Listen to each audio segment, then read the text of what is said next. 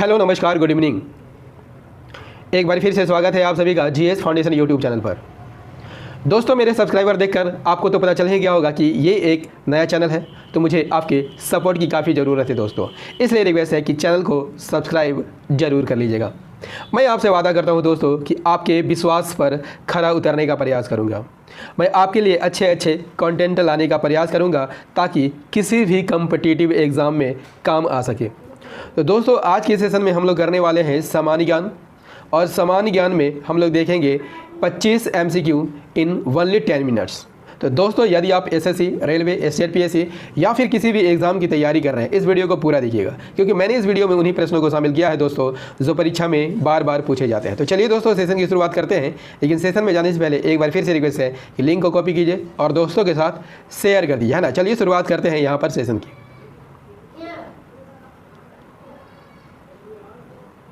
पहला सवाल है दोस्तों, पहला सवाल, पृथ्वी पर दिन और रात होते हैं, किसके कारण होते हैं? आपको यहाँ पर आंसर करना है। इसका सही आंसर हो जाएगा दोस्तों दैनिक गति के कारण होता है। नेक्स्ट सवाल कर लेते हैं दोस्तों। दूसरा सवाल है सबसे बड़ा ग्रह कौन है? तो सबसे बड़ा ग्रह कौन है दोस्तों? बृहस्पति सबसे बड़ा ग्रह है, आप सभी जानते हैं। आइए इसे चित्र से भी समझने का प्रयास करते हैं। आप चित्र में देख रहे होंगे दोस्तों, बृहस्पति सबसे बड़ा ग्रह है। बृहस्पति सबसे बड़ा ग्रह है। यदि आपसे पूछ ले दोस्तों कि सूर्य से सबसे नज़दीक ग्रह कौन है, तो याद कर लीजिएगा बुध है। उसके बाद शुक्र का स्थान है। यदि आपसे पूछ ले कि सबसे गर्म ग्रह कौन है, तो शुक्र है।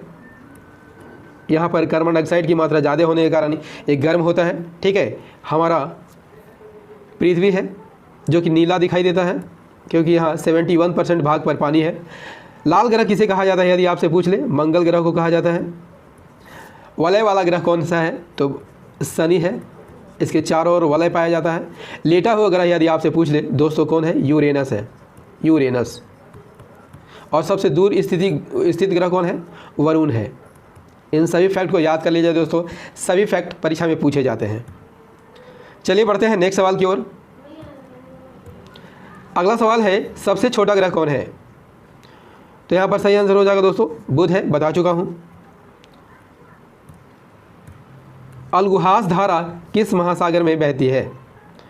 तो यहाँ पर सही आंसर हो जाएगा दोस्तों हिंद महासागर में। आइए इसे चित्र से भी समझते हैं। आप चित्र में देख रहे होंगे दोस्तों, अफ्रीका के पूर्वी तट के सहारे अलगुहास धारा दक्षिण की ओर बह रही है। ठीक है, और ये हिंद महासागर की धारा है। नेक्स्ट सवाल कर लेते हैं।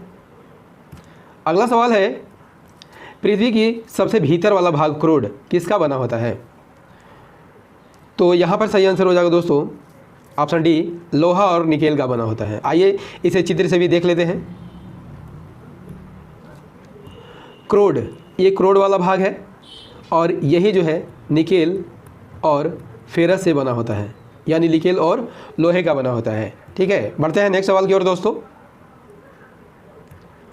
अगला सवाल है मैग्नीज के उत्पादन में भारत का दूसरा स्थान है, प्रथम देश कौन सा है जो मैग्नीज के उत्पादन में प्रथम स्थान है? यहाँ पर सही आंसर हो जाएगा दोस्तों रूसी संघ का प्रथम स्थान है। नेक्स्ट सवाल कर लेते हैं। सातवां सवाल है निम्नलिखित में से कौन सा देश कोयले का सबसे बड़ा उत्पादक है? तो यहाँ अमेरिका कोयले का सबसे बड़ा उत्पादक है। नेक्स्ट सवाल कर लेते हैं, इनमें से किसको जापान का मैनचेस्टर कहा जाता है? वेरी वेरी इंपॉर्टेंट सवाल है दोस्तों, किसे जापान का मैनचेस्टर कहा जाता है? यहाँ पर सही आंसर हो जाएगा दोस्तों ओसाका को कहा जाता है। अगला सवाल है भारत की स्वतंत्रता संघर्ष के दौरान डिक्केन एजुकेशनल सोसाइटी नामक संस्था की स्थापना किसने की थी? यहाँ पर सही आंसर हो जाएगा दोस्तों बाल गंगाधर तिलक ने की थी। नेक्स्ट सवाल कर लेते हैं। 1857 के गद्दर के समय भारत का गवर्नर जनरल कौन था? यहाँ पर सही आंसर हो जाएगा दोस्तों कैनिंग था, लॉर्ड कैनिंग। अगला सवाल 11वां सवाल है भारत भारतीयों के लिए नारा किस संस्था ने दिया था? तो सही आंसर हो जाएगा दोस्तों आर्य समाज ने दिया था। नेक्स्ट सवाल कर लेते हैं। विंध्याचल और सतपुड़ा पहाड़ियों के बीच से होकर बहने वाली नदी कौन है? सही आंसर हो जाएगा नर्मदा नदी। नेक्स्ट सवाल कर लेते हैं दोस्तों। इन्वेस्टर प्रोटेक्शन फंड किस संस्था ने स्थापित किया था? तो इन्वेस्टर प्रोटेक्शन फंड किस संस्था ने स्थापित किया था? सही आंसर हो जाएगा सेबी ने स्थापित किया था। अगला सवाल कर लेते हैं, कुंडापुर एवं करवार कच्छ वनस्पति संस्थान कहाँ स्थित है? सही आंसर हो जाएगा दोस्तों कर्नाटक में स्थित है। नेक्स्ट सवाल, भारत की प्रथम बहुउद्देशीय परियोजना किस नदी पर बनाई गई थी? इसका सही आंसर हो जाएगा दोस्तों दामोदर नदी पर बनाई गई थी। और यदि आपसे पूछ ले कब बनाई गई थी तो याद कर लीजिएगा 1948 में बनाई गई थी। 16वां सवाल है, भारत में प्रथम स्थापित परमाणु संयंत्र कौन सा है? सही आंसर हो जाएगा दोस्तों तारापुर संयंत्र। अगला सवाल, यूनाइटेड किंगडम यानी यूके में कौन कौन शामिल है? तो आपका सही आंसर हो जाएगा option C, England, Wales, Scotland तथा उत्तरी आयरलैंड शामिल है। आइए इस चित्र से भी देख लेते हैं दोस्तों, ये यूनाइटेड किंगडम का चित्र है। इसमें